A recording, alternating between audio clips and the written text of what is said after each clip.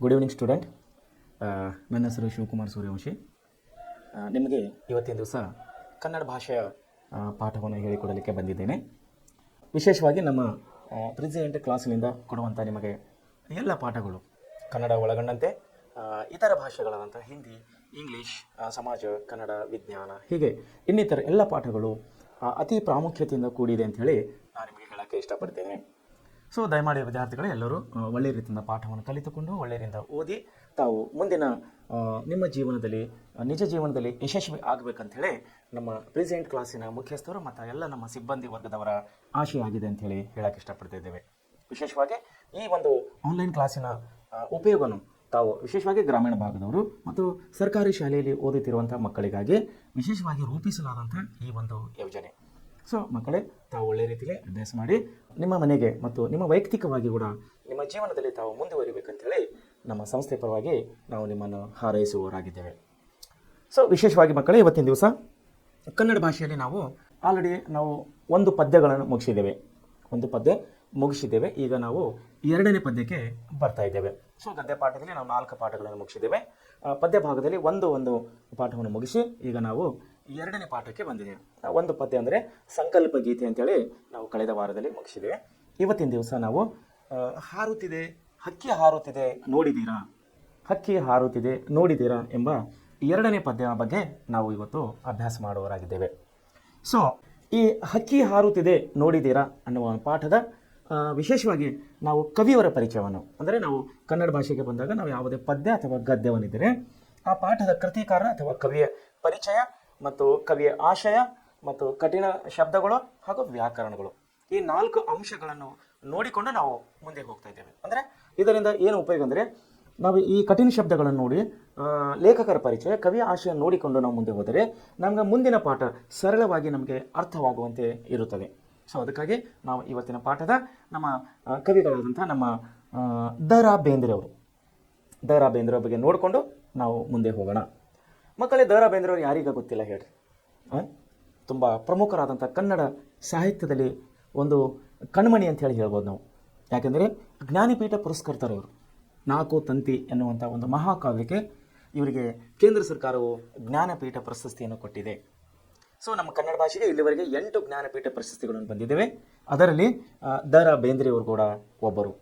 So Jnanpith ಪ್ರಶಸ್ತಿ ಸುಮ್ಮನೆ ಬರೋದಿಲ್ಲ, ಮಹಾಕಾವ್ಯವನ್ನು ರಚನೆ ಮಾಡಬೇಕು. ಅದಕ್ಕೆ ಪಡುವಂಥ ಕಷ್ಟ ಅಷ್ಟಿಷ್ಟಲ್ಲ. ಯಾರು? ಮಹಾಕಾವ್ಯವನ್ನು ರಚನೆ ಮಾಡುವವರು. ಅದರಲ್ಲಿ ಪದ್ಯ ಭಾಗದಲ್ಲಿ ಪದ್ಯ ಬರೆಯುವುದಂತೂ ಇನ್ನೂ ಕಠಿಣವಾದಂಥ ಕೆಲಸ. ವಿಶೇಷವಾಗಿ ದ ರಾ ಬೇಂದ್ರೆಯವರು ಹಳೆಯ ಕಾಲಕ್ಕೆ ಸಮಾನಾಂತರದವರು. ಅಂದರೆ 18ನೇ ಶತಮಾನದಲ್ಲಿ ಇವರ ಜೀವನ ಚರಿತ್ರೆ ಈಗ ನಾವು ಮುಂದೆ ನೋಡಿದಾಗ ನಮಗೆಲ್ಲ ಗೊತ್ತಾಗ್ತದೆ. ಇವರು ಕಠಿಣ ಪರಿಸ್ಥಿತಿಗಳಲ್ಲಿ ಕೂಡ, ಒಂದು ಕಠಿಣ ಸಮಯದಲ್ಲಿ ಕೂಡ ನಮ್ಮ ಕನ್ನಡ ಸಾಹಿತ್ಯಕ್ಕೆ ಸೇವಿಸಿದಂಥ ಸೇವೆ ಅಷ್ಟಿಷ್ಟಲ್ಲ. ಇವತ್ತು ದ ರಾ ಬೇಂದ್ರೆಯವರ ಬಗ್ಗೆ ನಾವು ಹಲವು ಸ್ಮಾರಕಗಳನ್ನು, ಹಲವು ರೀತಿಯ ಸಂಸ್ಥೆಗಳನ್ನೇ ಹುಟ್ಟು ಹಾಕಿದ್ದಾರೆ ದ ರಾ ಬೇಂದ್ರೆಯವರ ಹೆಸರ ಮೇಲೆ. ಅಷ್ಟರ ಮೇಲೆ ನಾವು ತಿಳ್ಕೊಬೋದು ದ ರಾ ಬೇಂದ್ರೆಯವರು ಎಷ್ಟು ಪ್ರಮುಖ ವ್ಯಕ್ತಿಯಾಗಿದ್ದರು ಅನ್ನೋದ್ರ ಬಗ್ಗೆ.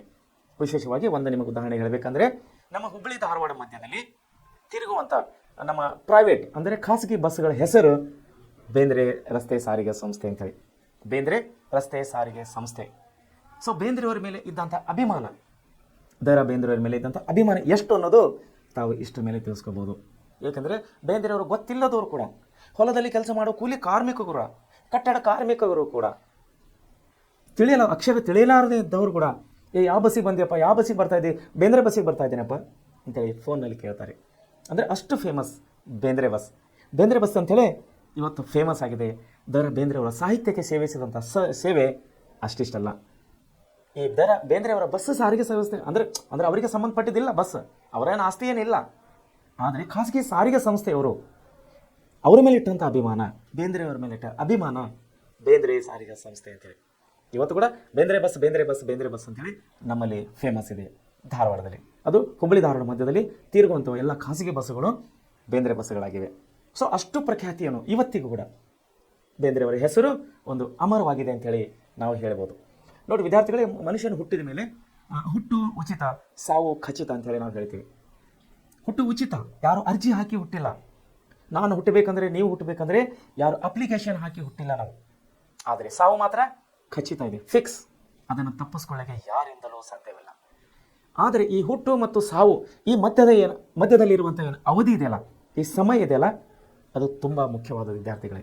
ಯಾಕಂದರೆ ಮನುಷ್ಯನು ಜೀವನದಲ್ಲಿ ಬಂದು ಏನನ್ನಾದರೂ ಒಂದು ಸಾಧನೆ ಮಾಡಬೇಕಂದ್ರೆ ಈ ನಮ್ಮ ಆಯುಷು, ಈ ಹುಟ್ಟು ಮತ್ತು ಸಾವು ಮಧ್ಯದಲ್ಲಿರುವಂಥ ಈ ಆಯುಷು ಏನಿದೆಯಲ್ಲ, ವಯಸ್ಸು ಏನಂತೀವಲ್ಲ, ಈ ಸಮಯ ತುಂಬ ಮುಖ್ಯವಾದದ್ದು.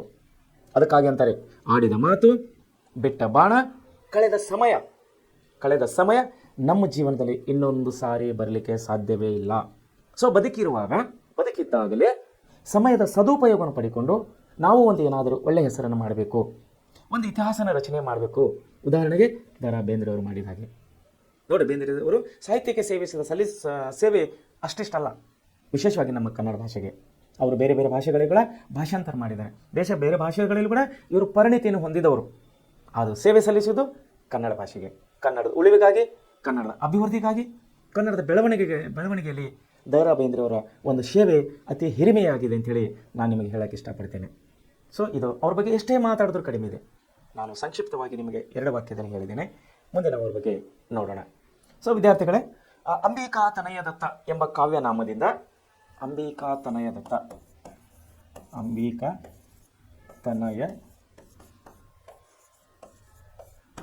ಇವರ ಕಾವ್ಯನಾಮ ಅಂತ ಹೇಳಿ, ಇವರ ಕಾವ್ಯನಾಮ ಅಂಬಿಕಾ ತನಯ ದತ್ತ.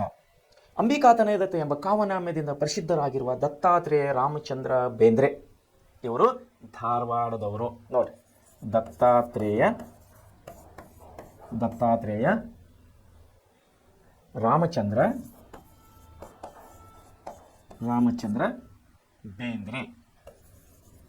ಬೇಂದ್ರೆ ಇವರ ಪೂರ್ಣ ಹೆಸರೇನ್ರಿ?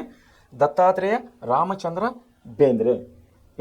ಸಂಕ್ಷಿಪ್ತದಲ್ಲಿ ಇವರನ್ನು ದ.ರಾ. ಬೇಂದ್ರೆ ಅಂತೇಳಿ ಕರೀತಾರೆ. ಇವರ ಕಾವ್ಯನಾಮ ಯಾವುದಿದೆ? ಅಂಬಿಕಾ ತನಯ ದತ್ತ. ಸೊ ಇವರ ಕಾಲ 1896 ಇಸ್ವಿ. 1896 ಇವರ ಕಾಲ 1896ರಿಂದ 1981ರವರೆಗೆ ನಾವು ಬೇಂದ್ರೆ ಕಾಲ ಅಂತ ಹೇಳಿ ಕರಿತೀವಿ. 1896ರಿಂದ 1981ರ ಒಳಗೆ ಏನಿದ್ದಂಥ ಕನ್ನಡ ಸಾಹಿತ್ಯದಲ್ಲಿ ಸೇವೆ ಸಲ್ಲಿಸಿದವರಂಥ ದ.ರಾ. ಬೇಂದ್ರೆಯವರ ಕಾಲ ನಾವು ಈ ಕಾಲ ಅಂಥೇಳಿ ಕರಿತಾ ಇದ್ದೇವೆ. ಸೊ ಪ್ರೌಢಶಾಲಾ ಅಧ್ಯಾಪಕರಾಗಿ ನೋಡ್ರಿ, ಇವರು ಸೇವಿಸಿದಂಥ ಸೇವೆ ಎಲ್ಲಿಂದ ಪ್ರಾರಂಭ ಮಾಡಿದೆ? ಪ್ರೌಢಶಾಲೆಯಿಂದ ಇವರು ಪ್ರಾರಂಭವನ್ನು ಮಾಡಿದ್ದಾರೆ. ಪ್ರೌಢಶಾಲಾ ಅಧ್ಯಾಪಕರಾಗಿ ಸೋಲಾಪುರದ ರಾಜಾರಾಮ್ ಕಾಲೇಜಿನಲ್ಲಿ ಕನ್ನಡ ಅಧ್ಯಾಪಕರಾಗಿ. ಸೋಲಾಪುರ ಎಲ್ಲಿದೆ? ಮಹಾರಾಷ್ಟ್ರದಲ್ಲಿದೆ. ಯಾವ ಭಾಷೆಯ ಅಧ್ಯಾಪಕರಾಗಿದ್ದಾರೆ ಇವರು? ಕನ್ನಡ ಭಾಷೆಯ ಅಧ್ಯಾಪಕರಾಗಿದ್ದಾರೆ. ಎಲ್ಲಿ? ಮಹಾರಾಷ್ಟ್ರದಲ್ಲಿ, ಸೋಲಾಪುರಿನಲ್ಲಿ. ಇದು ಎಷ್ಟು ಪ್ರಾಮುಖ್ಯತೆ ಅನ್ನೋದೇ ಮಕ್ಕಳೇ ತಾವು ಅರ್ಥ ಮಾಡ್ಕೋಬೇಕು. ಸೋಲಾಪುರದ ರಾಜಾರಾಮ್ ಕಾಲೇಜಿನಲ್ಲಿ ಕನ್ನಡದ ಪ್ರಾಧ್ಯಾಪಕರಾಗಿ ಹಾಗೂ ಧಾರವಾಡದ ಬಾನುಲಿ ಕೇಂದ್ರದ ಸಲಹೆಗಾರರಾಗಿ. ಬಾನುಲಿ ಕೇಂದ್ರ ಅಂದರೆ ನಮ್ಮ ಆಕಾಶವಾಣಿಯಲ್ಲಿ ಒಂದು ಬಾನುಲಿ ಕೇಂದ್ರ ಅಂತ ಬರ್ತದೆ, ಒಂದು ಕಾರ್ಯಕ್ರಮ ಬರ್ತದೆ ಧಾರವಾಡ ಆಕಾಶವಾಣಿಯಲ್ಲಿ. ಸೊ ಅದರ ಸಲಹೆಗಾರರಾಗಿ, ಅಡ್ವೈಸರ್ ಅಂತೀವಿ ನಾವು ಇಂಗ್ಲೀಷ್ನಲ್ಲಿ. ಏನಂತೀವಿ? ಅಡ್ವೈಸರ್. ಕನ್ನಡದಲ್ಲಿ ಸಲಹೆಗಾರರು ಅಂತ ಹೇಳಿ ಕರಿತೀವಿ. ಸಲಹೆಗಾರಿಗೆ ಸೇವೆ ಸಲ್ಲಿಸಿದ್ದಾರೆ. ನವೋದಯ ಕನ್ನಡ ಸಾಹಿತ್ಯದ ಪ್ರಮುಖ ಕವಿಗಳಲ್ಲಿ ಒಬ್ಬರಾದ ದ.ರಾ.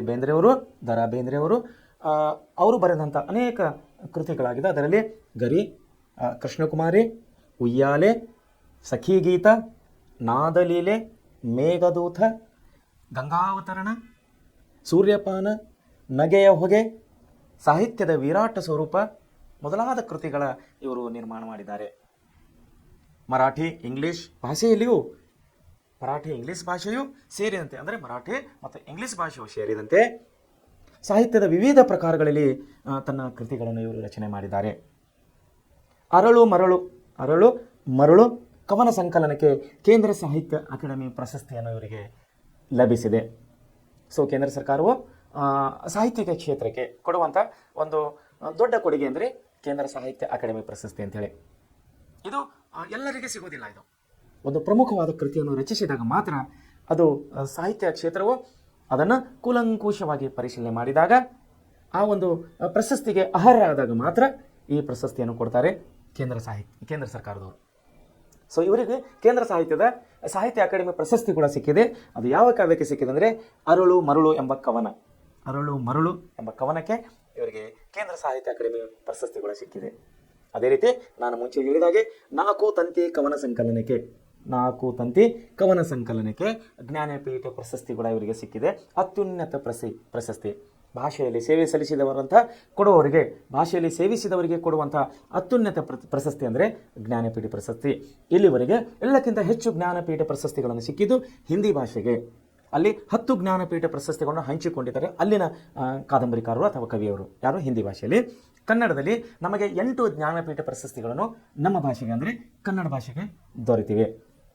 ಮುಂದೆ ಭಾರತ ಸರ್ಕಾರ ಕೊಡುವಂಥ ಅತ್ಯುನ್ನತ ಪ್ರಶಸ್ತಿ, ಅದರಲ್ಲಿ ಅತ್ಯುನ್ನತ ಪ್ರಶಸ್ತಿಗಳಿಗೆ ಒಂದಾದಂತಹ ಪದ್ಮಶ್ರೀ ಪ್ರಶಸ್ತಿ.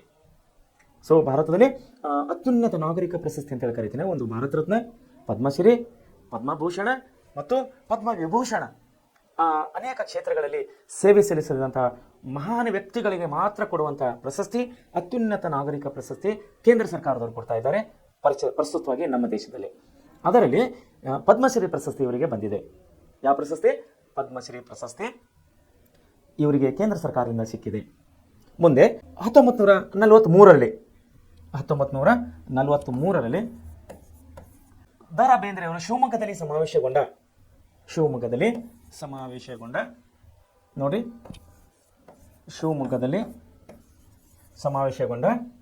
72ನೇ ಕನ್ನಡ ಸಾಹಿತ್ಯ ಸಮ್ಮೇಳನ, 72ನೇ ಕನ್ನಡ ಸಾಹಿತ್ಯ ಅಖಿಲ ಭಾರತ ಕನ್ನಡ ಸಾಹಿತ್ಯ ಸಮ್ಮೇಳನದ ಅಧ್ಯಕ್ಷರಾಗಿದ್ದರು. 72ನೇ ಕನ್ನಡ ಸಾಹಿತ್ಯ ಸಮ್ಮೇಳನದ ಇವರು ಅಧ್ಯಕ್ಷರಾಗಿ ಕೂಡ ನಮ್ಮ ಕನ್ನಡ ಭಾಷೆಯ ಸೇವೆಯನ್ನು ಸಲ್ಲಿಸಿದ್ದಾರೆ. ಮುಂದೆ ದ ರಾ ಬೇಂದ್ರೆ ವಿರಚಿತ ಗರಿ, ದ ರಾ ಬೇಂದ್ರೆ ಅವರು ರಚಿಸಿದಂಥ ಪ್ರಮುಖಗಳಲ್ಲಿ ಗರಿ ಎನ್ನುವಂತಹ ಕವನ ಸಂಕಲನದಿಂದ ಹಕ್ಕಿ ಹಾರುತ್ತಿದೆ ನೋಡಿದ್ದೀರಾ ಕವಿತೆಯನ್ನು ಆಯ್ಕೆ ಮಾಡಲಾಗಿದೆ. ಯಾವ ಕವನ ಸಂಕಲನದಿಂದ? ಗರಿ ಎನ್ನುವಂಥ ಕವನ ಸಂಕಲನದಿಂದ ಹಕ್ಕಿ ಹಾರುತ್ತಿದೆ ನೋಡಿದ್ದೀರಾ ಅನ್ನುವಂಥ ಕವಿತೆಯನ್ನು ಇಲ್ಲಿ ಆಯ್ಕೆ ಮಾಡಿಕೊಳ್ಳಲಾಗಿದೆ. ಸೊ ಇಲ್ಲಿವರೆಗೆ ನಾವು ಕವಿಯವರ ಪರಿಚಯವನ್ನು ನಾವು ಸಂಕ್ಷಿಪ್ತವಾಗಿ ನೋಡಿದ್ದೇವೆ. ಅವರು ನಮ್ಮ ಭಾಷೆಗೆ ಸೇವಿಸಿದಂಥ ಸೇವೆ ಅತಿ ಅಮೂಲ್ಯವಾದುದು. ಮುಂದೆ ಕವಿ ಆಶಯ ಏನಾಗಿದೆ ಇಲ್ಲಿ ನೋಡಿ. ಯಾಕೆ ಇದು ದ ರಾ ಬೇಂದ್ರೆ ಈ ಕವಿತೆಯನ್ನು ಯಾಕೆ ಬರೆದರು?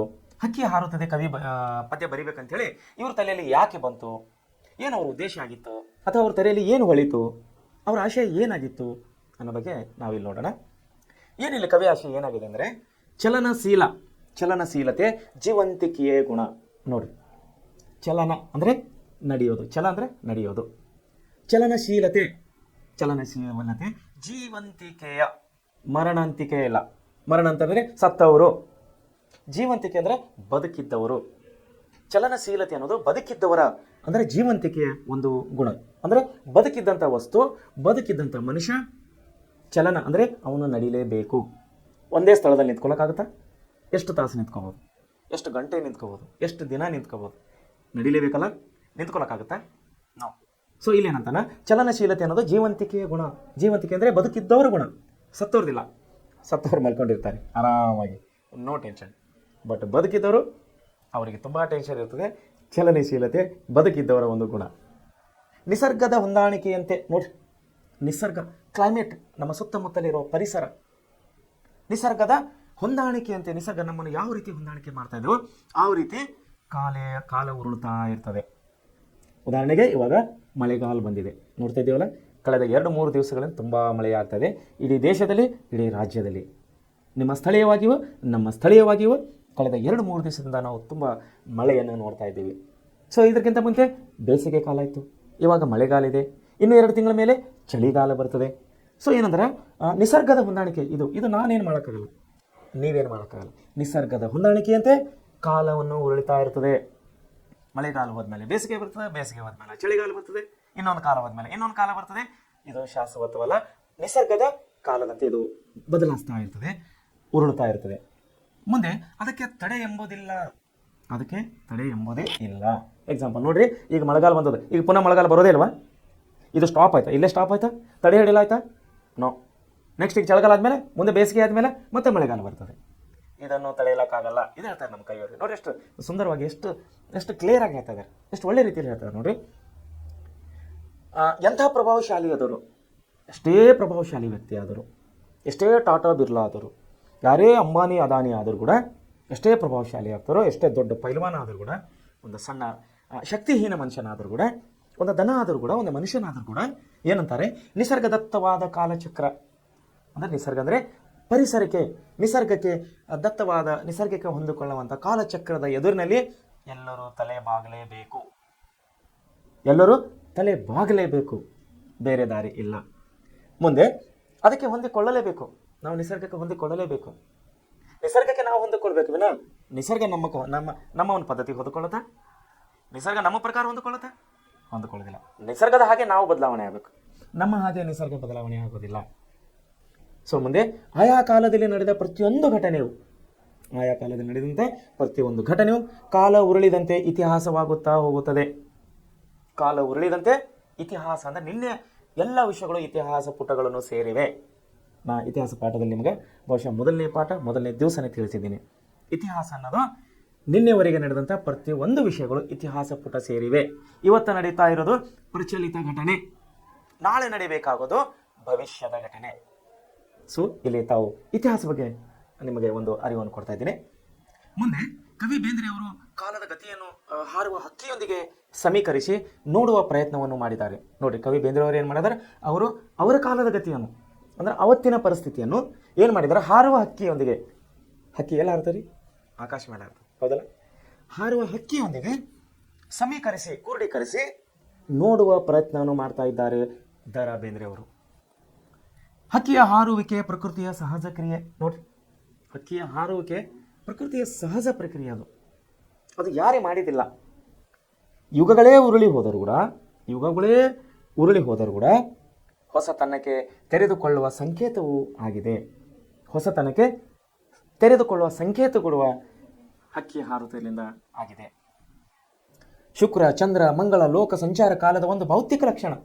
ನೋಡ್ರಿ, ಭೂಮಿ, ಆಕಾಶ, ಶುಕ್ರ, ಚಂದ್ರ, ಮಂಗಳ, ಲೋಕ ಎಲ್ಲವೂ ಏನಾಗಿದೆ, ಒಂದು ಕಾಲದ ಭೌತಿಕ ಲಕ್ಷಣಗಳು. ಬ್ರಿಟಿಷ್ ಸಾಮ್ರಾಜ್ಯಶಾಹಿಯಿಂದ ಪಾರುವ ಸ್ವತಂತ್ರ ಚಿಂತನದ ಕಲ್ಪನಾ ಪಕ್ಷಿಯ ಹಾರಾಟವು ಇನ್ನೊಂದು ಲಕ್ಷಣ. ನೋಡ್ರಿ, ಇಲ್ಲಿ ಏನು ಕೊಟ್ಟಿದ್ದಾರೆ, ಬ್ರಿಟಿಷರ ಸಾಮ್ರಾಜ್ಯಶಾಹಿ. ನಾವು ಇತಿಹಾಸದಲ್ಲಿ ಈಗ ನಾವು ಕಳೆದ 4 ಅಧ್ಯಾಯಗಳಲ್ಲಿ ಬ್ರಿಟಿಷರ ಬಗ್ಗೆ ತುಂಬ ನಾವು ಆಳವಾದಂತಹ ಅಧ್ಯಯನ ಮಾಡ್ಕೋತಾ ಬರ್ತಾ ಇದ್ದೀವಿ. ಯಾವ್ಯಾವ ರೀತಿ ಅವರು ಭಾರತಕ್ಕೆ ಬಂದರು, ಎದಕ್ಕಾಗಿ ಅವರು ಭಾರತಕ್ಕೆ ಬಂದರು, ಬಂದ ಮೇಲೆ ಏನೇನು ಮಾಡಿದರು, ಯಾವ ರೀತಿ ಅವರ ಅಧಿಕಾರವನ್ನು ವಿಸ್ತರಣೆ ಮಾಡಿದರು, ಯಾವ ರೀತಿ ಅವರ ಸಾಮ್ರಾಜ್ಯವನ್ನು ವಿಸ್ತರಣೆ ಮಾಡಿದರು ಅನ್ನೋದ್ರ ಬಗ್ಗೆ ನಾವು ನೋಡ್ತಾ ಬಂದಿದ್ದೀವಿ. ಅವರಿಂದ ಮುಕ್ತಿ ಪಡೆಯಲಿಕ್ಕೆ ನೋಡಿ, ಸ್ವತಂತ್ರ ಅವರಿಂದ ಸಾಮ್ರಾಜ್ಯಶಾಹಿಯಿಂದ ಪಾರಾಗುವ ಸ್ವತಂತ್ರ ಚಿಂತನದ ಕಲ್ಪನೆ, ಸ್ವತಂತ್ರದ ಬಗ್ಗೆ ಚಿಂತನದ ಕಲ್ಪನೆ, ಪಕ್ಷಿಯ ಹಾರಾಟವು ಇನ್ನೊಂದು ಲಕ್ಷಣ. ಇದಲ್ಲದೆ ಮಂಗಳ ಲೋಕದ ಅಂಗಳಕ್ಕೆ ಮಾನವನು ಏರುವ ಸೂಚನೆಯನ್ನು ಸಾರಿದ ಕವನ ಇದಾಗಿದೆ. ಮಂಗಳ ಲೋಕೆ ಹಾರಿದ ಮಾನವನ ಸೂಚನದ ಕಾರ್ಯದ ಬಗ್ಗೆ ಕೂಡ ಈ ಕವನವು ನಮಗೆ ತಿಳಿಸುವಂಥದ್ದಾಗಿದೆ ಎನ್ನುವುದು ಗಮನಾರ್ಹದಂಥ ವಿಷಯ. ಇಲ್ಲಿ ಕಾಲ ಪಕ್ಷಿಯ ಹೊಡೆತನಕ್ಕೆ ಮಾನವ ಪ್ರಪಂಚದಲ್ಲಾಗುವ, ನೋಡಿ, ಕಾಲ ಪಕ್ಷಿ ಹೊಡೆತನಕ್ಕೆ ಮಾನವ ಪ್ರಪಂಚದಲ್ಲಾಗುವ ವೈಚಿತ್ರ್ಯಕ್ಕೆ ವಿಸ್ಮಯದಲ್ಲಿ ಒಂದು ಉದ್ಗಾರವಿದೆ. ಇಂಥ ಭಾವಗೀತೆಯನ್ನು ಪರಿಚಯಿಸುವುದೇ ಇಲ್ಲಿನ ಆಶಯ. ಇಂಥ ಒಂದು ಭಾವಗೀತೆಯನ್ನು ಪರಿಚಯಿಸುವ ಮೂಲಕವಾಗಿ ದ ರಾ ಬೇಂದ್ರೆಯವರು ನಮಗೆ ಇಲ್ಲಿ ಒಳ್ಳೆ ಪರಿಕಲ್ಪನೆಯನ್ನು ತಂದುಕೊಡ್ತಾ ಇದ್ದಾರೆ. ಕಾಲಚಕ್ರದಂತೆ, ನಿಸರ್ಗದ ಚಕ್ರಂತೆ ಇಲ್ಲಿ ಮನುಷ್ಯನು ಬದಲಾವಣೆಯನ್ನು ಕಾಣುವನಾಗಿದ್ದಾನೆ. ಅದೇ ರೀತಿ ಇಲ್ಲಿ ಹಾರುತ್ತಿದೆ ಹಕ್ಕಿ ನೋಡಿದಿರಾ ಅನ್ನುವ ಒಂದು ಕವನದ ಮೂಲಕವಾಗಿ ನಾವು ಹೊಸ ವಿಷಯಗಳನ್ನು ಇಲ್ಲಿ ಕಲಿಯುವವರಾಗಿದ್ದೇವೆ. ಮುಂದೆ ಇಲ್ಲಿ ಕವಿ ಪರಿಚಯ ಮತ್ತು ಕವಿ ಆಶಯವನ್ನು ಒಳ್ಳೆ ರೀತಿಯಲ್ಲಿ ಇಲ್ಲಿ ನಮಗೆ ದ ರಾ ಬೇಂದ್ರೆಯವರು ತೋರಿಸಿಕೊಟ್ಟಿದ್ದಾರೆ. ಮುಂದೆ ನಾವು ಕಠಿಣ ಶಬ್ದಗಳ ಅರ್ಥಗಳನ್ನು ನಾವು ಇಲ್ಲಿ ನೋಡುವವರಾಗಿದ್ದೇವೆ. ಕಠಿಣ ಶಬ್ದಗಳ ಅರ್ಥಗಳು ಅಂದರೆ ಈ ಪದ್ಯವು ಹಳೆಗನ್ನಡ ಅಂದರೆ ಹಳೆ ಒಂದು ಕನ್ನಡ ಭಾಷೆಗಳಿಂದ ಕೂಡಿದ್ದಕ್ಕಾಗಿ ನಮಗೆ ಕಠಿಣ ಶಬ್ದಗಳು ಅಷ್ಟು ಈಸಿಯಾಗಿ, ಅಷ್ಟು ಸಲೀಸಾಗಿ, ಅಷ್ಟು ಸರಳವಾಗಿ ಗೊತ್ತಾಗೋದಿಲ್ಲ. ಸೊ ಅದಕ್ಕಾಗಿ ನಾವು ಕಠಿಣ ಶಬ್ದ ಅರ್ಥಗಳನ್ನು ನಮ್ಮ ಇವತ್ತಿನ ಭಾಷೆಗೆ ಹೋಲಿಸಿಕೊಂಡು ನಾವು ಓದಿ ಮುಂದೆ ಹೋದಾಗ ನಮಗೆ ಆ ಕವನವು ತಿಳಿದುಕೊಳ್ಳಲಿಕ್ಕೆ ಸರಳವಾಗುತ್ತದೆ ಅಂತ ಹೇಳಿ ನಿಮಗೆ ಹೇಳಕ್ಕೆ ಇಷ್ಟಪಡ್ತೇನೆ. ಸೊ ಕೆಲವಲ್ಲಿ ಈ ಪಾಠದಲ್ಲಿ ಈ ಕವಿಯಲ್ಲಿ ಬರುವಂಥ ಕೆಲವು ಆಯ್ದ ಕಠಿಣ ಶಬ್ದಗಳ ಅರ್ಥಗಳನ್ನು ನಾವಿಲ್ಲಿ ನೋಡಿಕೊಳ್ಳೋಣ. ಮೊದಲನೇದಾಗಿ ಏವೆ. ನೋಡ್ರಿ, ಏವೆ ಅಂದರೆ ಕಣ್ಣರೆಪ್ಪ, ಕಣ್ಣು ರೆಪ್ಪೆ. ಏವೆ ಅಂದರೆ ಕಣ್ಣಿನ ರೆಪ್ಪೆಗಳಿದೆಯಲ್ಲ, ನಮ್ಮ ಕಣ್ಣಿನ ರೆಪ್ಪೆಗಳು, ಇವುಗಳಿಗೆ ನಾವು ಕವನದಲ್ಲಿ ಹಳೆಯ ಭಾಷೆಯಲ್ಲಿ ನಮಗೆ ದ ರಾ ಬೇಂದ್ರೆಯವರು ಇದಕ್ಕೆ ಏವೆ ಅಂತ ಹೇಳ್ತಾ ಇದ್ದಾರೆ. ಅದನ್ನೇ ನಾವು ಇವತ್ತಿನ ಆಡು ಭಾಷೆಗಳಲ್ಲಿ ಕಣ್ಣು ರೆಪ್ಪೆ ಅಂತೇಳಿ ಕರೀತೇವೆ. ಒಕ್ಕಿ. ನೋಡ್ರಿ, ಒಕ್ಕಿ ಅಂದರೆ ತೆನೆಯಿಂದ ಕಸ ಕಡ್ಡಿ ಬೇರ್ಪಡಿಸುವುದು. ತೆನೆಯಿಂದ, ತೆನೆ ಅಂದ್ರೆ ಗೊತ್ತಾಗ್ತದೇನ್ರಿ, ತೆನೆಯಿಂದ ಕಸ ಕಡ್ಡಿ ಬೇರ್ಪಡಿಸುವುದು. ತೆನೆ ಅಂದಮೇಲೆ ಸರ್ವೇ ಸಾಮಾನ್ಯವಾಗಿ ನಮಗೆ ಹೊಲಗಳು ನೆನಪಾಗ್ತವೆ. ತೆನೆ, ಜೋಳದ ತೆನೆ, ಗೊಂಜಾಳದ ತೆನೆ, ಮೆಕ್ಕೆ ತೆನೆ, ಜೋಳದ ತೆನೆ, ಮೆಕ್ಕೆ ತೆನೆಗಳನ್ನು ಸಾಮಾನ್ಯವಾಗಿ ನಾವು ತೆನೆಗಳಂತೇಳಿ ಕರೀತೇವೆ. ಆ ತೆನೆದಲ್ಲಿ ಕಾಳುಗಳಿರ್ತವೆ, ಜೋಳದ ಕಾಳು, ಮೆಕ್ಕೆಜೋಳದ ಕಾಳು. ಅದನ್ನು ಕಸ ಕಡ್ಡಿಯಿಂದ ಬೇರ್ಪಡಿಸುವುದಕ್ಕೆ ಒಕ್ಕಿ ಅಂಥೇಳಿ ಇಲ್ಲಿ ಕವನದಲ್ಲಿ ನಮ್ಗೆ ಬೇಂದ್ರೆಯವರು ತೋರಿಸಿಕೊಟ್ಟಿದ್ದಾರೆ. ಮುಂದೆ ಕೆನ್ನ ನೋಡಿ, ಕೆನ್ನ ಅಂದರೆ ಕೆಂಪು, ಕೆನ್ನ ಅಂದರೆ ಕೆಂಪು ಅಂಥೇಳಿ ಇದರ ಅರ್ಥವಾಗುತ್ತದೆ. ಬ್ರಹ್ಮಾಂಡ ಅಂದರೆ ಜಗತ್ತು, ಬ್ರಹ್ಮಾಂಡ ಅಂದರೆ ಜಗತ್ತು. ಆಮೇಲೆ ಮನ್ವಂತರ ನೋಡಿ, ಮನ್ವಂತರ ಅಂದರೆ ಪರಿವರ್ತನೆಯ ಕಾಲ,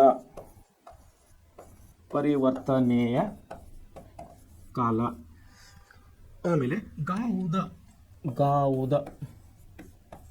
ಗಾವುದ ಅಂದರೆ 12 ಮೈಲುಗಳ ಅಂತರ, ದೂರವನ್ನು ಅಳೆಯುವ ಒಂದು ಪ್ರಮಾಣ. 4 ಹರದಾರಿ ಅಂತ ಹೇಳ್ಬೋದು, ಅಥವಾ 12 ಮೈಲುಗಳು ಅಂತ ಹೇಳ್ಬೋದು. 12 ಮೈಲುಗಳು.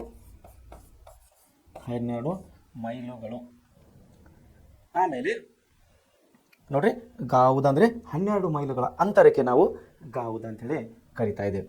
ಆಮೇಲೆ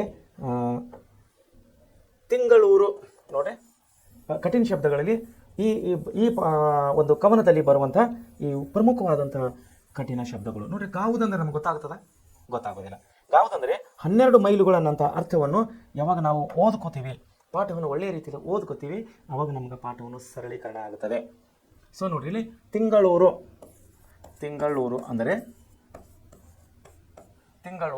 ಅಂದರೆ ಚಂದ್ರಲೋಕ ಅಂತ ಅರ್ಥ. ಇಲ್ಲಿ ಚಂದ್ರಲೋಕಕ್ಕೆ ತಿಂಗಳೂರು ಅಂಥೇಳಿ ನಮ್ಮ ಲೇಖಕರು ಕರಿತಾ ಇದ್ದಾರೆ. ಆಮೇಲೆ ನರೆ ನೋಡ್ರಿ, ನರೆ ಅಂದರೆ ಬಿಳಿ ಬಣ್ಣ, ಆಮೇಲೆ ಬೆಳ್ಳಿ ಅಂದರೆ ಶುಕ್ರ,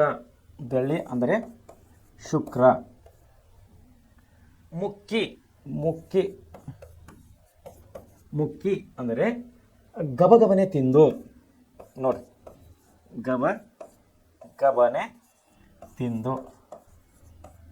ಗಬಗಬನೆ ತಿಂದು.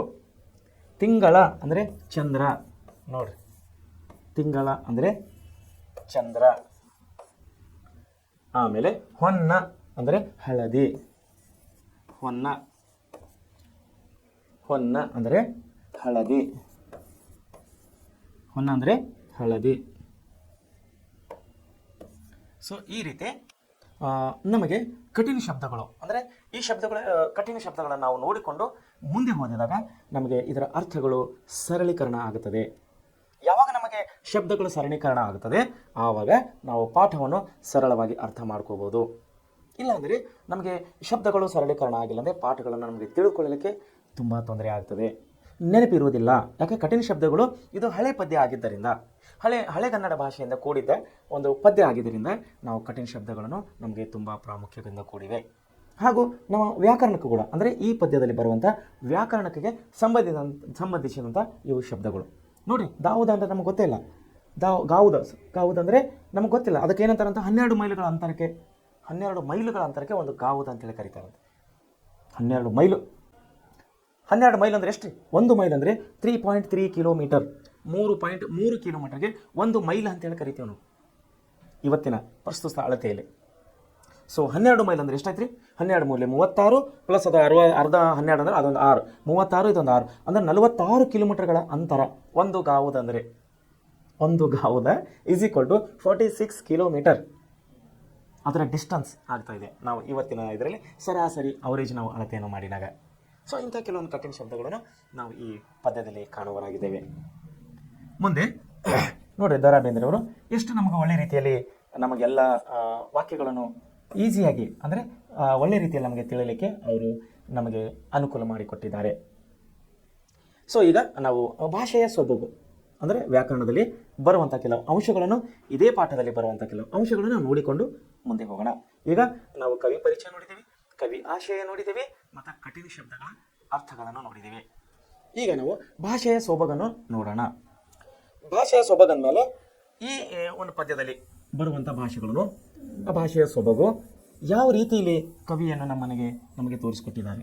ಯಾಕಂದರೆ ಭಾಷೆ ಅಂದಮೇಲೆ ಈಗ ನಾವು ಮಾತಾಡುವಂಥ ಭಾಷೆ ವಿಭಿನ್ನವಾಗಿದೆ, ಹಳೆಗನ್ನಡ ಭಾಷೆ ವಿಭಿನ್ನವಾಗಿದೆ. ಹಳೆ ಕನ್ನಡದ ಶಬ್ದಗಳು ನಮಗೆ ಇವಾಗ ಅರ್ಥ ಆಗೋದಿಲ್ಲ. ಉದಾಹರಣೆಗಾಗಿ ನಾವು ಗಾವುದು ಅನ್ನೋದು ನೋಡಿದ್ದೀವಿ, ಇನ್ನೊಂದು ಬಿಕ್ಕಿನ ಅದು ಯಾವುದು ಜೋಳವನ್ನು ತೆನೆಯನ್ನು ಬೇರ್ಪಡಿಸುವುದು, ಇಂಥವು ನಮಗೆಲ್ಲ ಗೊತ್ತಾಗೋದಿಲ್ಲ. ಸೊ ಅದಕ್ಕಾಗಿ ವಿದ್ಯಾರ್ಥಿಗಳೇ, ನಾವು ಕಠಿಣ ಶಬ್ದಗಳು ಎಷ್ಟು ಮುಖ್ಯ ಆಗಿದ್ದಾವೆ ಅಷ್ಟೇ ರೀತಿ ಭಾಷೆಯ ಸೊಬಗು ಕೂಡ ಅಷ್ಟೇ ಮುಖ್ಯ ಆಗಿದೆ. ಅಂದರೆ ಈ ಭಾಷೆಯಲ್ಲಿ ಯಾವ್ಯಾವ ರೀತಿ ಈ ಭಾಷೆಯನ್ನು ಸೊಬಗಿನಿಂದ ನೋಡಿದ್ದಾರೆ ಕವಿಯವರು ಅನ್ನೋ ವಿಷಯವಾಗಿ ನಾವಿಲ್ಲಿ ನೋಡೋಣ. ಕೆಲವೊಮ್ಮೆ ನಾವು ಮಹಾಪ್ರಾಣ ಅಕ್ಷರಗಳನ್ನು ಬರೆಯಬೇಕಿದ್ದಡೆ ಅಲ್ಪ ಪ್ರಾಣಗಳನ್ನು ಅಕ್ಷರಗಳನ್ನು ಬರೆದು ಅರ್ಥವನ್ನು ಕೆಡಿಸಿಬಿಡ್ತೇವೆ. ಬಹುಶಃ ಕಳೆದ ಪದ್ಯದಲ್ಲಿ ಕೂಡ ಇದು ಬಂದಿತ್ತು ಅನ್ಕೋತೀನಿ ನಾನು. ಅಲ್ಪ ಪ್ರಾಣ ಮತ್ತು ಮಹಾಪ್ರಾಣದ ಬಗ್ಗೆ ನಾವು ಕಳೆದ ಪದ್ಯದಲ್ಲಿ ಕೂಡ ಪಾಠಗಳೆಲ್ಲ ನಾವು ಅಭ್ಯಾಸ ಮಾಡಿದ್ದೀವಿ. ಸೇಮ್ ಇಲ್ಲಿ ಕೂಡ ರಿಪೀಟ್ ಆಗ್ತಾ ಇದೆ. ಏನಂತಂದ್ರೆ ಇಲ್ಲಿ ಕವಿಯವರು, ನಾವು ಕೆಲವೊಮ್ಮೆ ಮಹಾಪ್ರಾಣ ಅಕ್ಷರಗಳನ್ನು ಬರೀಬೇಕಿದ್ದ ಕಡೆ ಅಲ್ಪ ಪ್ರಾಣಗಳನ್ನು ಬರಿತೀವಿ. ಅಕ್ಷರಗಳು ಅಲ್ಪ ಪ್ರಾಣ ಬಳಕೆವಿದ್ದ ಶಬ್ದ ಸ್ಥಳದಲ್ಲಿ ನಾವು ಮಹಾಪ್ರಾಣವನ್ನು ಬರೀತೀವಿ. ಸೊ ಈ ರೀತಿ ಬರೆಯೋದ್ರಿಂದ ಅದರ ಅರ್ಥವನ್ನೇ ನಾವು ಕೆಡಿಸ್ಬಿಡ್ತೀವಿ, ಆ ಶಬ್ದದ ಅರ್ಥವನ್ನೇ ಕೆಟ್ಟಿ ಹೋಗುತ್ತದೆ ಅನ್ನುವಂಥ ಇಲ್ಲಿ ಮಾತನ್ನು ನಮಗೆ ಇಲ್ಲಿ ಕವಿಯವರು ಹೇಳ್ತಾ ಇದ್ದಾರೆ. ಸೊ ಅಂತ ಯಾವ ವಾಕ್ಯಗಳಂತವು, ಯಾವ ಶಬ್ದವನ್ನು ಬಳಸೋದ್ರಿಂದ ವಾಕ್ಯನ ಕೆಟ್ಟು ಹೋಗ್ತದೆ, ಅದರ ಅರ್ಥವನ್ನು ಕೆಡುತ್ತದೆ ಅನ್ನೋದ್ರ ಬಗ್ಗೆ ನಮಗೆ ಇಲ್ಲಿ ಕೊಟ್ಟಿದ್ದಾರೆ, ನೋಡೋಣ. ಅಂತ ಕೆಲವು ಉದಾಹರಣೆಗಳನ್ನು ಇಲ್ಲಿ ಕೊಡಲಾಗಿದೆ. ನೋಡ್ರಿ, ಈಗ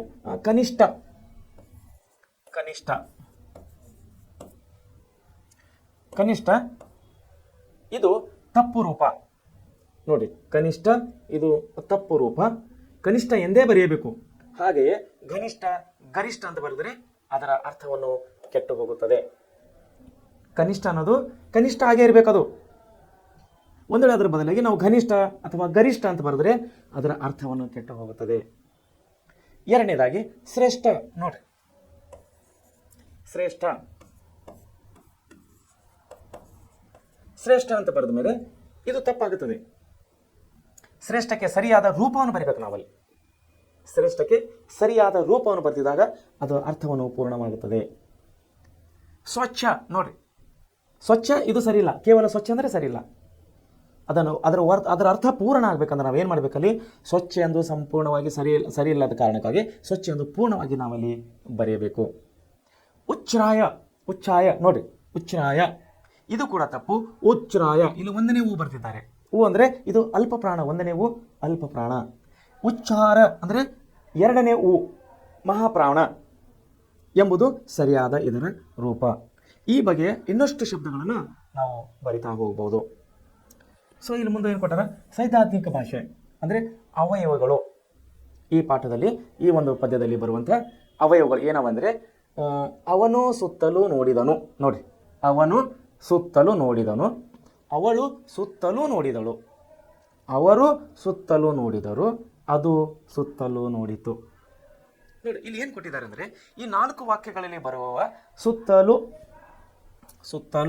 ಅನ್ನುವ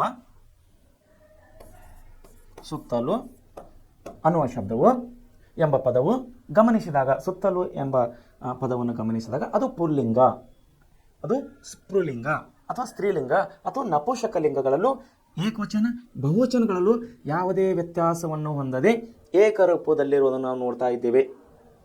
ನೋಡಿ, ಅವನು ಸುತ್ತಲೂ ನೋಡಿದನು, ಇದು ಪುಲ್ಲಿಂಗ ಬಂತು, ಯಾಕ ಪುರುಷ ಇದ್ದಾನೆ. ಅವಳು ಸುತ್ತಲೂ ನೋಡಿದಳು, ಇದು ಸ್ತ್ರೀಲಿಂಗ ಬಂತು. ಅವರು ಸುತ್ತಲೂ ನೋಡಿದರು, ಆಮೇಲೆ ಅದು ಸುತ್ತಲೂ ನೋಡಿತು. ಅಂದರೆ ಸ್ತ್ರೀಲಿಂಗ, ಪುಲ್ಲಿಂಗ ಮತ್ತು ನಪುಂಸಕಲಿಂಗ ಈ 3 ಲಿಂಗಗಳು ನೋಡಿದರೆ ಎಲ್ಲಿ ನೋಡ್ತಾ ಇದ್ದಾರೆ, ಸುತ್ತಲೂ ನೋಡ್ತಾ ಇದ್ದಾರೆ. ಈ ಸುತ್ತಲೂ ಅನ್ನುವಂಥ ಶಬ್ದ ಏನ ಪದ ಇದೆಯಲ್ಲ, ಅದು ಬಹುವಚನದಾಗೂ ಬರುತ್ತದೆ, ಏಕವಚನದಾಗೂ ಬರ್ತದೆ. ಆದರೆ ಯಾವುದೇ ವ್ಯತ್ಯಾಸವನ್ನು ಹೊಂದಿದರೆ ಏಕರೂಪದಲ್ಲಿ ಆ ಶಬ್ದವನ್ನು ನಾವು ನೋಡ್ತಾ ಇದ್ದೇವೆ. ಸುತ್ತಲೂ ಎಂಬ ಪದದ ಮೇಲೆ ಯಾವುದೇ ಪ್ರತ್ಯಯವನ್ನು ಹೆಚ್ಚಲಾಗುವುದಿಲ್ಲ. ಇದು ನಾಮಪದ, ಕ್ರಿಯಾಪದ ಹಾಗೆ ರೂಪದಲ್ಲಿಯೂ ಯಾವ ಬದಲಾವಣೆಯನ್ನು ಹೊಂದುವುದಿಲ್ಲ ಎಂಬುದನ್ನು ನಮಗೆ ತಿಳಿಯುತ್ತದೆ. ಹೀಗೆ ಬರೆಯುವುದರಿಂದ ಲಿಂಗ ವಚನ ವಿಭಕ್ತಿಗಳಿಂದ ಯಾವ ವ್ಯತ್ಯಾಸವನ್ನು ಹೊಂದದ ಚೆನ್ನಾಗಿ, ನೆಟ್ಟಗೆ, ಮೆಲ್ಲಗೆ, ಸುಮ್ಮನೆ, ತರುವಾಯ ಇತ್ಯಾದಿ ಪದಗಳು ನಮ್ಮ ಭಾಷೆಯಲ್ಲಿ ಪ್ರಯೋಗಿಸಲ್ಪಡುತ್ತವೆ. ಇಂತಹ ಪದಗಳೇ ಅವಯವಗಳಾಗಿವೆ ಅಂಥೇಳಿ ನಾವು ಹೇಳ್ಬೋದು. ಹಾಗಾಗಿ ನಾಮಪದ ಕ್ರಿಯಾಪದಗಳಂತೆ ಲಿಂಗ ವಚನ ವಿಭಕ್ತಿ ರೂಪಭೇದ ಹೊಂದದೆ ಏಕರೂಪವಾಗಿರುವ ಪದಗಳನ್ನು ನಾವು ಅವಯವ ಪದಗಳಂತೇಳಿ ಕರಿತೇವೆ. ಈ ಅವಯವಗಳನ್ನು ಸಾಮಾನ್ಯ ಅವಯವ, ಅನುಕರಣ ಅವಯವ, ಭಾವಸೂಚಕ ಅವಯ, ಕ್ರಿಯಾರ್ಥಕಾವಯ, ಸಂಬಂಧಾರ್ಥಕ ಕೃದಂತಾವಯ, ತದ್ವಿತ್ತಾತವಯ, ಅವಧಾರಣಾರ್ಥ ಕಾವ್ಯಯ ಇತ್ಯಾದಿ ಗುಂಪುಗಳಾಗಿ ವಿಂಗಡಿಸಬಹುದು. ಸೊ ನಾವಿಲ್ಲಿ ಸಾಮಾನ್ಯ ಕಾರದವ ಅಂದರೆ ಯಾವುದನ್ನು ಕರಿತೇವೆ ಅಂತೇಳಿ, ಯಾವುದಾದರೊಂದು ಕ್ರಿಯೆ ನಡೆದ ರೀತಿಯನ್ನು ಹೇಳುವಂತಹ ಅವಯವಗಳೇ ಸಾಮಾನ್ಯ ಅವಯವಗಳು. ಇವು ಹೆಚ್ಚೆಚ್ಚಾಗಿ ವಿಶೇಷಣಗಳಿಂದ ಕೂಡಿರುತ್ತವೆ. ವಿಶೇಷಣ ಅಂದರೆ ವಿಶೇಷ ರೂಪದಿಂದ ಇವು ಕೂಡಿರುತ್ತವೆ. ಉದಾಹರಣೆ, ಬೇಗನೆ, ಮೆಲ್ಲಗೆ, ಸೊಗಸಾಗೆ, ಸುಮ್ಮನೆ, ತಟ್ಟನೆ, ತರುವಾಯ, ಹಾಗೆ, ಅಂತೂ, ಬೇರೆ, ಬಳಿಕ, ಕೂಡಲೇ, ಚೆನ್ನಾಗಿ ಇತ್ಯಾದಿಗಳು. ಆಮೇಲೆ ಅನುಕರಣ ಅವಯವಗಳು. ಏನಿದು ಅನುಕರಣ ಅವಯವಗಳು ಅಂದರೆ, ನಿರ್ದಿಷ್ಟ ಅಥವಾ ಅರ್ಥವಿಲ್ಲದ ಧ್ವನಿ ವಿಶೇಷಣಗಳನ್ನು ತಾನು ಕಿವಿಯಿಂದ ಕೇಳದಂತೆ, ನಿರ್ದಿಷ್ಟ ಅರ್ಥವಿಲ್ಲದ ಧ್ವನಿ ವಿಶೇಷಣಗಳನ್ನು ತಾನು ಆ ಕಿವಿಯಿಂದ ಕೇಳದಂತೆ ಅನುಕರಣೆ ಮಾಡಿ ಹೇಳುವ ಪದಗಳನ್ನು ಅನುಕರಣವ್ಯಯಗಳು ಅಂತೇಳಿ ಕರೀತೇವೆ. ಅಂದರೆ ಅರ್ಥವಿಲ್ಲದ ಧ್ವನಿ ವಿಷಯವನ್ನು ತಾನು ಕಿವಿಯಿಂದ ಕೇಳದೆ, ನಾವು ಕಿವಿಯಿಂದ ಕೇಳದೆ ಅನುಕರಣೆ ಮಾಡಿ ತಿಳಿಸುವುದರಿಂದ, ಅನುಕರಣೆ ಮಾಡಿ ಹೇಳುವುದರಿಂದ ಅದನ್ನು ಅನುಕರಣವ್ಯಯಗಳಂತ ಹೇಳಿ ನಾವು ಕರೀತೇವೆ. ಉದಾಹರಣೆ, ಚಟ ನೋಡಿ, ಚಟ, ಕರ, ಆಮೇಲೆ ಚುರುಗುರು, ದಗ, ರೊಯ್ಯನೆ, ಸುಯ್ಯನೆ, ಗುಳುಗುಳು, ದಡ ಇತ್ಯಾದಿ ಪದಗಳು ನಾವು ಅನುಕರಣೆ ಮಾಡಿ ಹೇಳುವಂಥ ಪದಗಳು. ಮುಂದೆ ಭಾವಸೂಚಕಾವ್ಯ ಪದಗಳು. ನೋಡ್ರಿ, ಏನು ಭಾವಸೂಚಕ ಪದಗಳು ಅಂದರೆ, ಮನಸ್ಸಿನಲ್ಲಿ ಉಂಟಾಗುವ ಕೋಪ, ಹರ್ಷ, ದುಃಖ, ಮೆಚ್ಚುಗೆ, ಆಕ್ಷೇಪ, ತಿರಸ್ಕಾರ ಇತ್ಯಾದಿ ಭಾವಗಳನ್ನು ಇವೆಲ್ಲ ಶಬ್ದಗಳನ್ನು ತನ್ನ ಭಾವನೆಗಳನ್ನು ವ್ಯಕ್ತಪಡಿಸುವಾಗ ಅರ್ಥವಿಲ್ಲದ ಕೆಲವು ಪದಗಳನ್ನು ಬಳಸುತ್ತೇವೆ. ಅಂತಹ ಪದಗಳನ್ನು ನಾವು ಭಾವಸೂಚಕ ಅವಯವಗಳಂತೇಳಿ ಕರೀತೇವೆ. ಉದಾಹರಣೆಗೆ ಅಹ, ಬಳಿರೆ, ಅಯ್ಯೋ, ಓಹೋ, ಹೋ, ಆ, ಓ ಇತ್ಯಾದಿ ಪದಗಳು ಅಥವಾ ಪದರೂಪದ ಪದಗಳು ಅಂಥೇಳಿ ಉದಾಹರಣೆಗೆ ನಾವು ಕೊಡಬಹುದು. ಕ್ರಿಯಾರ್ಥ ಕಾವ್ಯ ಅವಯವಗಳು. ಏನಿದು ಕ್ರಿಯಾರ್ಥ ಕಾವ್ಯ ಅವಯವಗಳು ಅಂದರೆ, ಕ್ರಿಯಾಪದದ ಸ್ಥಾನದಲ್ಲಿದ್ದು ವಾಕ್ಯದ ಅರ್ಥವನ್ನು, ಕ್ರಿಯಾ ಅಂದರೆ ಒಂದು ಕ್ರಿಯೆ ನಡೀತಾ ಇರಬೇಕಲ್ಲಿ, ಒಂದು ಕ್ರಿಯೆಯನ್ನು ನಡೀತಾ ಇರೋದಕ್ಕೆ ನಾವು ಕ್ರಿಯಾಪದ ಅಂತೇಳಿ ಕರಿತೇವೆ. ಸೊ ಕ್ರಿಯಾಪದದ ಸ್ಥಾನದಲ್ಲಿದ್ದು ವಾಕ್ಯದ ಅರ್ಥವನ್ನು ಪೂರ್ಣಗೊಳಿಸುವ ಅವಯವಗಳನ್ನು ನಾವು ಕ್ರಿಯಾ ಅವಯವಗಳಂತೇಳಿ ಕರೀತೇವೆ. ಉದಾಹರಣೆಗಾಗಿ ಹೌದಾ, ಸಾಕು, ಅಲ್ಲ, ಹೌದು, ಬೇಡ, ಉಂಟು ಇತ್ಯಾದಿ ಶಬ್ದಗಳು ನಾವು ಕ್ರಿಯಾರ್ಥ ಕಾವ್ಯಗಳಂತೇಳಿ ಕರೀತೇವೆ. ಸಂಬಂಧಾರ್ಥಕ ಕಾವ್ಯವಗಳು ಎರಡು ಪದಗಳನ್ನಾಗಲಿ ಅಥವಾ ಹಲವು ಪದ ಸಮುಚ್ಚಯಗಳನ್ನಾಗಲಿ ವಾಕ್ಯಗಳನ್ನಾಗಲಿ ಜೋಡಿಸುವಂಥ ಅಥವಾ ಸಂಬಂಧಗೊಳಿಸುವಂತಹ ಪದಗಳೇ ಸಂಬಂಧಾರ್ಥಕ ಅವಯವಗಳು. ಸಂಬಂಧ ಅಂದರೆ ಒಂದು ಶಬ್ದ ಇನ್ನೊಂದು ಪದ ಅಥವಾ ಒಂದು ಪದ ಇನ್ನೊಂದು ಪದವನ್ನು ಬಳಸುವುದರಿಂದ ಒಂದು ಸಂಬಂಧವನ್ನು ಸೂಚನೆಯನ್ನು ಮಾಡುತ್ತಲ್ಲ, ಅದಕ್ಕೆ ನಾವು ಸಂಬಂಧಾರ್ಥಕ ಅವಯವಗಳು ಅಂತೇಳಿ ಕರೀತೇವೆ. ಉದಾಹರಣೆಗೆ ಮತ್ತು, ಅಥವಾ, ಆದ್ದರಿಂದ, ಅಲ್ಲದೆ ಇತ್ಯಾದಿ ಶಬ್ದಗಳನ್ನು ಬಳಸುವುದರಿಂದ ನಾವು ಸಂಬಂಧಾರ್ಥಕ ಅವಯವಗಳು ಅಂತೇಳಿ ಕರೀತೇವೆ. ಪದಗಳ ಜೋಡಣೆ ನೋಡಿ, ಪದಗಳನ್ನು ಹೇಗೆ ಜೋಡಣೆ ಮಾಡಬೇಕು? ರಾಮನು, ಲಕ್ಷ್ಮಣನು, ಸೀತೆಯು ಕಾಡಿಗೆ ಹೊರಟರು. ಪದಗಳ ಜೋಡಣೆ 3 ಪದಗಳಲ್ಲಿ ಕೂಡ್ತಾ ಇದ್ದಾವೆ. ರಾಮನು, ಲಕ್ಷ್ಮಣನು, ಸೀತೆಯು ಅಂದರೆ 3 ನಾಮಪದಗಳು, 3 ಇಲ್ಲಿ ಪದಗಳನ್ನು ಕೂಡೋದ್ರಿಂದ ಅದು ಏನಾಗ್ತದೆ, ಇಲ್ಲಿ 3 ಕೂಡಿ ಕಾಡಿಗೆ ಹೊರಟರು. ರಾಮನು, ಲಕ್ಷ್ಮಣನು, ಸೀತೆಯು ಕೂಡಿ ಕಾಡಿಗೆ ಹೊರಟರು. ಇದು ಪದಗಳ ಜೋಡಣೆ ಆಯಿತು. ಮುಂದೆ ಪದ ಸಮುಚ್ಚಯ ಜೋಡಣೆ. ಪದ ಸಮುಚ್ಚಯ ಅಂದರೆ ಗುಂಪು, ಸಮುಚ್ಚಯ ಅಂದರೆ ಗುಂಪುಗಳ ಜೋಡಣೆ. ನೋಡಿ ಹೆಂಗಿದೆ ಅದು. ಅವನು ಬರುವುದು ಬೇಡ, ಆ ಕೆಲಸ ಆಗುವುದು ಬೇಡ. ಆ ಕೆಲಸ ಅಂದರೆ ಯಾರು, ಯಾವ ಕೆಲಸ ಗೊತ್ತಿಲ್ಲ, ಸಮೂಹ ಕೆಲಸ ಅದು. ಅವನು ಬರುವುದು ಬೇಡ, ಅವನು ಅಂದ್ರೆ ಯಾರಿಲ್ಲಿ ಗೊತ್ತಿಲ್ಲ. ದಟ್ ಕಾಲ್ಡ್ ಸಮೂಹ. ಸಮೂಹ ಪದ ಸಮುಚ್ಚಯ ಅಂತೇಳಿ ನಾವು ಕರೀಬೇಕು. ವಾಕ್ಯಗಳ ಜೋಡಣೆ ಇಲ್ಲಿ ಯಾವ ರೀತಿ ವಾಕ್ಯಗಳ ಜೋಡಣೆ ಆಗಿದೆ ಅಂದರೆ ಅವನು ಬರಲಿಲ್ಲ ಅಥವಾ ಆದ್ದರಿಂದ ನಾನು ಬರಲಿಲ್ಲ, ಅವನು ಬರಲಿಲ್ಲ ಅದಕ್ಕಾಗಿ ನಾನು ಬರಲಿಲ್ಲ. ಕದಂತಾವಯ ಮತ್ತು ತದ್ವಿತಾಂತವಯಗಳ ವಿವರಣೆಗಳನ್ನು, ಕದ್ದಂತ ಅಥವಾ ತದ್ವಿತ ಪ್ರಕರಣಗಳ ವಿವರಣೆಗಳನ್ನು ಸಂದರ್ಭಗಳಲ್ಲಿ ನಾವು ತಿಳಿಯೋಣ. ಅವಧಾರಣಾರ್ಥಕವಯ ಒಂದು ನಿಶ್ಚಿತಾರ್ಥದಲ್ಲಿರುವ ಅವಯವ ಅವಧಾರಣಾರ್ಥಕವಯ ಎಂದು ಕರೆಯುತ್ತೇವೆ. ನಿಶ್ಚಯಾರ್ಥದಲ್ಲಿರುವ ಅವಯವವನ್ನು ನಾವು ಅವಧಾರಣಾರ್ಥಕ ಅವಯ ಎಂದು ಕರೆಯುತ್ತೇವೆ. ಹಲವು ವಸ್ತುಗಳಲ್ಲಿ ಒಂದನ್ನು ನಿಶ್ಚಯವಾಗಿ ಹೇಳುವ ಸಂದರ್ಭದಲ್ಲಿ ಈ ಅವಯವನ್ನು ಬಳಸಲಾಗುತ್ತದೆ. ಉದಾಹರಣೆಗೆ ಅವನೇ, ಅದುವೇ, ನೀನೆ, ಅವಳೇ, ಅವರೇ ಇತ್ಯಾದಿ ಪದಗಳ ಕೊನೆಯಲ್ಲಿರುವ ಎ ಎಂಬ ಅಕ್ಷರವೇ ಅವಧಾರಣಾರ್ಥಕ ಅವಯ ಅಂತೇಳಿ ನಾವು ಕರೆಯುತ್ತೇವೆ. ಮುಂದೆ ಪದಗಳನ್ನು ನೋಡಿ. ಅಕ್ಷರಗಳು ಅರ್ಥವತ್ತಾಗಿ ಜೋಡಿಸಿದಾಗ ಪದರ ರಚನೆ ಆಗುತ್ತದೆ. ಕೆಲವೊಮ್ಮೆ ಒಂದು ಅಕ್ಷರವು ಪದವೆಂದು ಕರೆಯಲ್ಪಡುತ್ತದೆ. ಉದಾಹರಣೆ ಆ ಮನೆ, ಈ ತೋಟ. ಇಲ್ಲಿರುವ ಆ ಮತ್ತು ಈ ಎಂಬ ಅಕ್ಷರಗಳು ಪದಗಳೇ ಆಗಿರುತ್ತವೆ. ಯಾಕಂದರೆ ಆ ಮತ್ತು ಈಲಿಂದ ಆ ಒಂದು ಪದಗಳಿಗೆ ಅರ್ಥವನ್ನು ಕೊಡ್ತಾ ಇದೆ. ನೋಡಿ, ಆ ಮನೆ ಅಂದರೆ ಆ ಮನೆ ಅಂದಂಗೆ. ಒಂದು ವೇಳೆ ಆ ಅನ್ನೋದು ಇಲ್ಲ ಅಂತ ಹೇಳಿ ತೆಗೆದರೆ ಓನ್ಲಿ ಮನೆ ಅಂದರೆ ಅದಕ್ಕೆ ಅರ್ಥ ಏನಾದರೂ ಬರ್ತಾ? ಸೊ ಇಲ್ಲ. ಆ ಮನೆ ಅಂದರೆ ಯಾವ ಮನೆ ಅಂತ ತಿಳ್ಕೊಬೇಕು. ಸೊ ಅದಕ್ಕಾಗಿ ಏನು ಕೊಡ್ತಾರೆ? ಆ ಮನೆ ಅಂದರೆ ಆ ಮನೆ ಅಂತ ಅರ್ಥ. ಈ ತೋಟ ಅಂದರೆ ಈ ತೋಟ ಅಂತ ಅರ್ಥ. ಸೊ ಆ ಮನೆ, ಈ ತೋಟ. ಇಲ್ಲಿ ಆ ಮತ್ತು ಈ ಎಂಬ ಶಬ್ದಗಳು ಪದಗಳೇ ಆಗಿವೆ. ಭಾಷೆ ಎಂಬುದು ನಿಂತ ನೀರಲ್ಲ. ನೋಡಿ, ಭಾಷೆ ಅನ್ನೋದು ನಿಂತ ನೀರಲ್ಲ. ಅದು ತನ್ನ ಸಂಪರ್ಕಕ್ಕೆ ಸಿಗುವ ಬೇರೆ ಬೇರೆ ಭಾಷೆಗಳಿಂದಲೂ ಪದಗಳನ್ನು ಸ್ವೀಕರಿಸಿ ಬಳಸುತ್ತದೆ. ಹಾಗಾಗಿ ಪ್ರತಿಯೊಂದು ಭಾಷೆಯಲ್ಲೂ ಅದರದೇ ಆದ ಮೂಲ ಪದಗಳು ಹಾಗೂ ಬೇರೆ ಪದಗಳಿಂದ ಬಂದ ಪದಗಳು ಕೂಡ ಇರುತ್ತವೆ. ಎಕ್ಸಾಂಪಲ್, ನಾವು ಕಳೆದ ಒಂದು ಯಾವುದೋ ಅಧ್ಯಾಯದಲ್ಲಿ ನೋಡಿದ್ದೀವಿ, ಕನ್ನಡ ಭಾಷೆಯಲ್ಲಿ ಪರ್ಷಿಯನ್ ಭಾಷೆ ಕೂಡ ಸೇರಿದೆ, ಇಂಗ್ಲೀಷ್ ಭಾಷೆ ಕೂಡ ಸೇರಿದೆ. ನಾವು ಉದಾಹರಣೆ ಸಮೇತವಾಗಿ ನಾವು ನೋಡಿದ್ದೇವೆ. ಬಹುಶಃ ಜಮೀನುದಾರು ಅಥವಾ ಅಮಲದಾರು ಎನ್ನುವಂಥ ಏನೋ ಶಬ್ದ ಕಳೆದ ಅಭ್ಯಾಸದಲ್ಲಿ ನಾವು ನೋಡಿದ್ದೇವೆ, ಅದು ಪರ್ಷಿಯನ್ ಭಾಷೆಯಿಂದ ಕೂಡಿತ್ತು. ಅದೇ ರೀತಿ ಹೇಳ್ತಾ ಇದ್ದಾರೆ, ಒಂದು ಭಾಷೆಯ ಮೂಲ ಪದಗಳನ್ನು ದೇಶ ಪದ ಎಂತಲೂ, ಬೇರೆ ಭಾಷೆಗಳಿಂದ ಬಂದಿರುವ ಪದಗಳನ್ನು ಅನ್ಯದೇಶ ಪದ ಎಂತಲೂ ನಾವು ಕರೀತೇವೆ. ದೇಶ ಪದ ಮತ್ತು ಎಂತಲೂ ಮತ್ತು ಏನದು ಅನ್ಯದೇಶ ಪದ ಅಂತೇಳಿ ನಾವು ಕರಿತೇವೆ. ಕನ್ನಡದಲ್ಲಿರುವ ಮೂಲ ಪದಗಳು ದೇಶ ಪದಗಳೆಂದು ಅನಿಸಿದರೆ, ಕನ್ನಡದಲ್ಲಿರುವ ಮೂಲ ಪದಗಳು ನಮಗೂ ದೇಶ ಅಂದರೆ ನಮ್ಮ ದೇಶದ ಪದಗಳು ಅಂತ ಅನಿಸಿದರೆ, ಕನ್ನಡದಲ್ಲಿ ಬರುವಂತಹ ಸಂಸ್ಕೃತ, ಪಾರ್ಸಿ, ಪೋರ್ಚುಗೀಸ್ ಮತ್ತು ಇಂಗ್ಲಿಷ್, ಉರ್ದು ಇತ್ಯಾದಿ ಭಾಷೆಗಳಿಂದಲೂ ಸಾಕಷ್ಟು ಪದಗಳು ನಮ್ಮ ಕನ್ನಡ ಭಾಷೆಗೆ ಬಂದಿವೆ.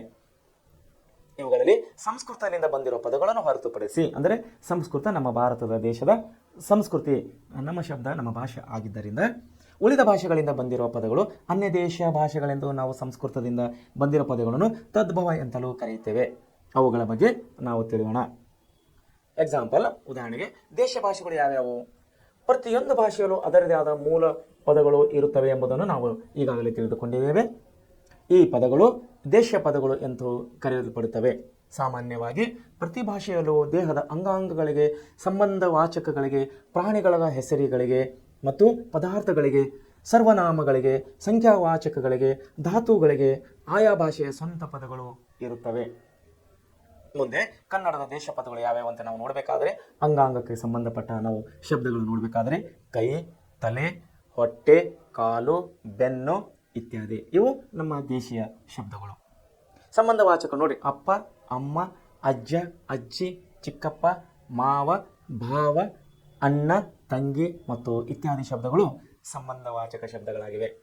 ಅದೇ ರೀತಿ ಪ್ರಾಣಿಗಳ ಬಗ್ಗೆ ನಾವು ಇಲ್ಲಿ ನೋಡಬೇಕಾದ್ರೆ ಇಲಿ, ಹಾವು, ಎತ್ತು, ಎಮ್ಮೆ, ದನ, ಕೋಳಿ ಇತ್ಯಾದಿ ಶಬ್ದಗಳು. ಪದಾರ್ಥಗಳನ್ನು ನಾವು ನೋಡಬೇಕಾದ್ರೆ ಬಾಗಿಲು, ಉಪ್ಪು, ಹಾಲು, ಚಿಲಕ ಇತ್ಯಾದಿ ಶಬ್ದಗಳು. ಸರ್ವನಾಮಗಳ ಬಗ್ಗೆ ನಾವಿಲ್ಲಿ ನೋಡಬೇಕಾದ್ರೆ ನಾನು, ಅವನು, ನೀನು, ಅವಳು, ಅದು, ಅವು, ಅವರು ಇತ್ಯಾದಿ ಶಬ್ದಗಳು. ಸಂಖ್ಯಾವಾಚಕಗಳು ಅಂದರೆ 1ರಿಂದ 999ವರೆಗಿನ ಶಬ್ದಗಳನ್ನು ಸಂಖ್ಯಾವಾಚಕ ಅಂತೇಳಿ ನಾವು ಕರಿತೇವೆ. ಧಾತುಗಳ ಬಗ್ಗೆ ನೋಡಬೇಕಾದ್ರೆ ತಿನ್ನು, ಹೋಗು, ಕೇಳು, ಬಿಡು ಇತ್ಯಾದಿ ಈ ಶಬ್ದಗಳಿಗೆ ನಾವು ಧಾತುಗಳು ಅಂಥೇಳಿ ಕರಿತೀವಿ. ಎರವಲು ಪದಗಳು ಅಂದರೆ ಬೇರೆ ಭಾಷೆಯಿಂದ ಬರುವಂಥ ಬಂದಂಥ ಪದಗಳಿಗೆ ನಾವು ಎರವಲು ಪದಗಳು ಅಂಥೇಳಿ ಕರಿತೇವೆ. ಸಂಸ್ಕೃತವನ್ನು ಹೊರತುಪಡಿಸಿ ಇತರ ಭಾಷೆಗಳಿಂದ ಕನ್ನಡ ಭಾಷೆಗೆ ಬಂದಿರುವ ಪದಗಳನ್ನು ನಾವು ಎರವಲು ಪದಗಳು ಅಂಥೇಳಿ ಕರಿತೀವಿ. ವಿವಿಧ ಭಾಷೆಗಳಿಂದ ಬಂದಿರುವ ಎರವಲು ಪದಗಳನ್ನು ನಾವಿಲ್ಲಿ ಗಮನಿಸೋಣ. ಉದಾಹರಣೆಗೆ ದಮ್ಮು ನೋಡಿ, ದಮ್ಮು, ಅಬಕಾರಿ, ರಸ್ತೆ, ದವಾಖಾನೆ, ದಲ್ಲಾಳಿ. ದವಾಖಾನೆ ನೋಡಿ, ದವಾಖಾನೆ ನಮ್ಮ ಕನ್ನಡ ಶಬ್ದ ಇಲ್ಲ. ಆಸ್ಪತ್ರೆ ನಮ್ಮ ಕನ್ನಡ ಶಬ್ದ. ಸೊ ದವಾಖಾನೆ, ದಲ್ಲಾಳಿ, ಗಲೀಜು, ತಕರಾರು, ತರಬೇತು, ಅನಾನಸು, ಸಾಬೂನು, ಚೊಂಬು, ಇಸ್ತ್ರಿ, ರಶೀದಿ ನಮ್ಮ ಕನ್ನಡ ಭಾಷೆನಾ ಇಲ್ಲ. ತಾರೀಕು ನಮ್ಮ ಕನ್ನಡ ಭಾಷೆನಾ ಇಲ್ಲ. ದಿನಾಂಕ ನಮ್ಮ ಕನ್ನಡ ಭಾಷೆ. ತಾರೀಕು, ಇಲಾಖೆ, ದರ್ಜೆ, ಬಂದೂಕು, ಕಚೇರಿ, ಕಾರ್ಖಾನೆ, ಕುರ್ಚಿ, ಕಾಗದ, ಬಸ್ಸು, ಕಾರು. ನೋಡ್ರಿ, ಬಸ್ಸು ನಮ್ಮ ಕನ್ನಡ ಶಬ್ದ. ಹೇಳ್ರಿ ನೋಡ್ರಿ ಯಾರಾದ್ರೂ ಬಸ್ಸಿಗೆ ಏನಂತಾರೆ ಅಂತೇಳಿ. ಆದರೆ ಬಸ್ಸು ಅನ್ನೋಂಥ ಶಬ್ದವನ್ನು ಎಲ್ಲರೂ ಬಳಸ್ತಾ ಇದ್ದೀವಿ. ಅಕ್ಷರಸ್ಥರು, ಅನಕ್ಷರಸ್ಥರು, ತಿಳಿದವರು, ತಿಳಿಯಲಾದವರು ಎಲ್ಲರೂ ಬಸ್ ಅಂತೇಳಿ ಕರಿತೇವಿನ. ವಾಹನ ಅಂತೇಳಿ ನಾವು ಪ್ರಯಾಣಿಕರ ವಾಹನ ಅಂತೇಳಿ ನಾವು ಕರೆಯೋದಿಲ್ಲ. ಅಷ್ಟು ದೊಡ್ಡ ಶಬ್ದ ನಮ್ಮ ಬಾಯಿಗೆ ಬರೋದೇ ತುಂಬ ಕಷ್ಟ. ಫಸ್ಟ್ ಆಫ್ ಆಲ್ ಬರೋದಿಲ್ಲ ಅದು. ಪ್ರಯಾಣಿಕರ ವಾಹನ ಹೋಗಿದ್ದೇನಪ್ಪ ಅಂತ ಯಾರು ಕೇಳ್ತೀವ? ಇಲ್ಲ. ಬಸ್ ಹೋಗ್ತೀನಪ್ಪ ಅಂತ ಕೇಳ್ತೀವಿ. ಸೊ ಅನ್ಯ ಭಾಷೆಗಳು ಎರವಲು. ಬೇರೆ ಭಾಷೆಗಳಿಂದ ಬಂದಂಥ ಶಬ್ದಗಳು ನಮ್ಮ ಭಾಷೆಯಲ್ಲಿ ಇವು ಶಾಶ್ವತ ಸ್ಥಾನಗಳನ್ನು ಪಡೆದುಕೊಂಡಿವೆ. ಬಸ್ಸು, ಕಾರು ನೋಡಿ, ಕಾಲೇಜು ನಮ್ಮ ಭಾಷೆನ, ಇದು ಕನ್ನಡನ ಇಲ್ಲ. ಇತ್ಯಾದಿ ಪದಗಳು ನಾವು ಎರವಲು ಪದಗಳಾಗಿ ಪಡೆದಿದ್ದೇವೆ. ಬೇರೆ ಭಾಷೆಗಳಿಂದ ಬಂದಂಥ ಎರವಲು ಪದಗಳು. ಮುಂದೆ ತತ್ಸಮ ಮತ್ತು ತದ್ಭವ ಬಗ್ಗೆ ನಾವು ನೋಡೋರಾಗಿದ್ದೇವೆ. ಸಂಸ್ಕೃತದಿಂದ ಕನ್ನಡಕ್ಕೆ ಸಾಕಷ್ಟು ಪದಗಳು ಬಂದಿವೆ. ಹೀಗೆ ಸಂಸ್ಕೃತದಿಂದ ಬಂದ ಪದಗಳಲ್ಲಿ ಕೆಲವು ಅಲ್ಪ ಸ್ವಲ್ಪ ಬದಲಾವಣೆಗೊಂಡು ಬಂದರೆ ಇನ್ನು ಕೆಲವು ಪೂರ್ತಿ ಬದಲಾವಣೆಗೊಂಡು ಬಂದಿವೆ. ಹೀಗೆ ಸಂಸ್ಕೃತದಿಂದ ಬಂದಿರುವ ಪದಗಳನ್ನು ತತ್ಸಮ ತದ್ಭವಗಳೆಂದು ನಾವು ಕರೆಯುತ್ತೇವೆ. ಉದಾಹರಣೆಗಾಗಿ ತತ್ಸಮ ಅಂದರೆ ಯಾವುದು? ಸಂಸ್ಕೃತದಿಂದ ಬರುವಾಗ ವಿಕಾರ ಹೊಂದದೆ ಕನ್ನಡದಲ್ಲಿ ಬಳಸಲ್ಪಡುವ ಪದಗಳನ್ನು ತತ್ಸಮಗಳೆಂದು ಕರೆಯುತ್ತೇವೆ.